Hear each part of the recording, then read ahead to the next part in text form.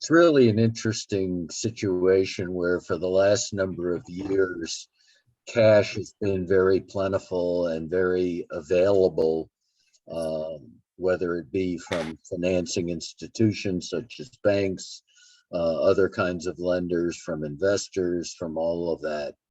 Usually what happens during a recession is that cash becomes king and the demands by people who have it become much greater. It becomes much more costly and it becomes less available.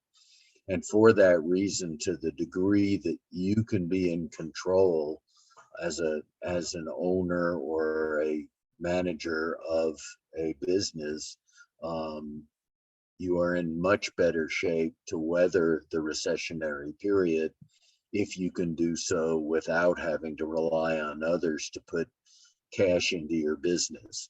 I'm going to start at the bottom of this slide. And one of the things that I learned very early on as a young banker was, in fact, the phrase that we used to tease with was, if you need a loan, you are alone. And so the key here is to look at your company very closely, to be sure that you have as much cash as you can possibly have, that you can maintain your liquidity throughout whatever period of time you think this recession may last. Given various factors, my personal opinion is this recession may well last for a number of years. I don't expect it to be short-lived. In looking at your company, you need to look very, very seriously at how much cash you have in the business today, what expenses you are going to be spending on a month-by-month basis, when you expect your accounts receivables to be collected, making sure that there's a good matchup of expected expenses and receivables. It makes sense to get as aggressive as you can with your collections as early as possible. There's no time like the present when it may not seem like it's a critical time, but to be in contact with your customers, to try to be collecting and let them know that you're aware and that you're present and that you're there, that you're not only providing them with good product or services, but that you expect to be paid on a timely basis, is something that's very good to be focused on. Looking at your capital spending to really determine how much is absolutely necessary to maintain the quality of your product or service, and how much is really somewhat discretionary and might be able to be postponed, is another way of keeping cash available. You don't want to cut down to the bone, but cutting some of the fat obviously can be done without hurting the business. When you start getting into the muscle, it becomes a lot more painful, but taking a good hard look in those areas really is important. And really having a good relationship with your banker.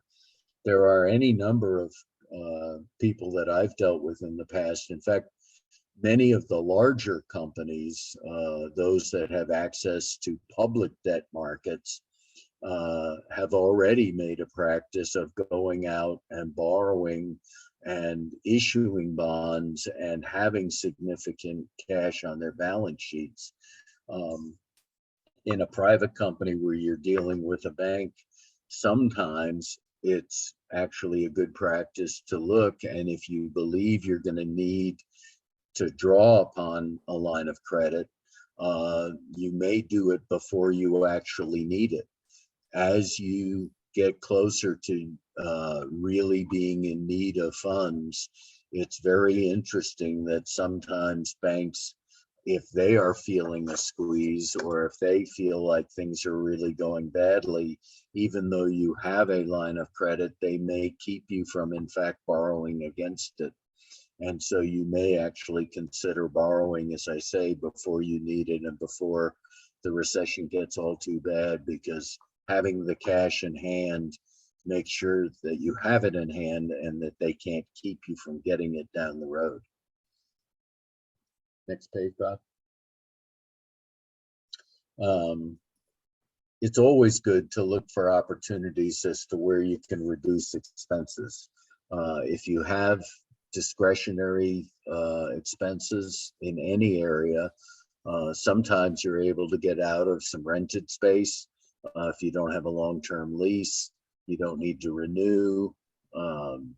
Even looking now to potentially sublease some space to reduce your rental costs can be something really worth doing.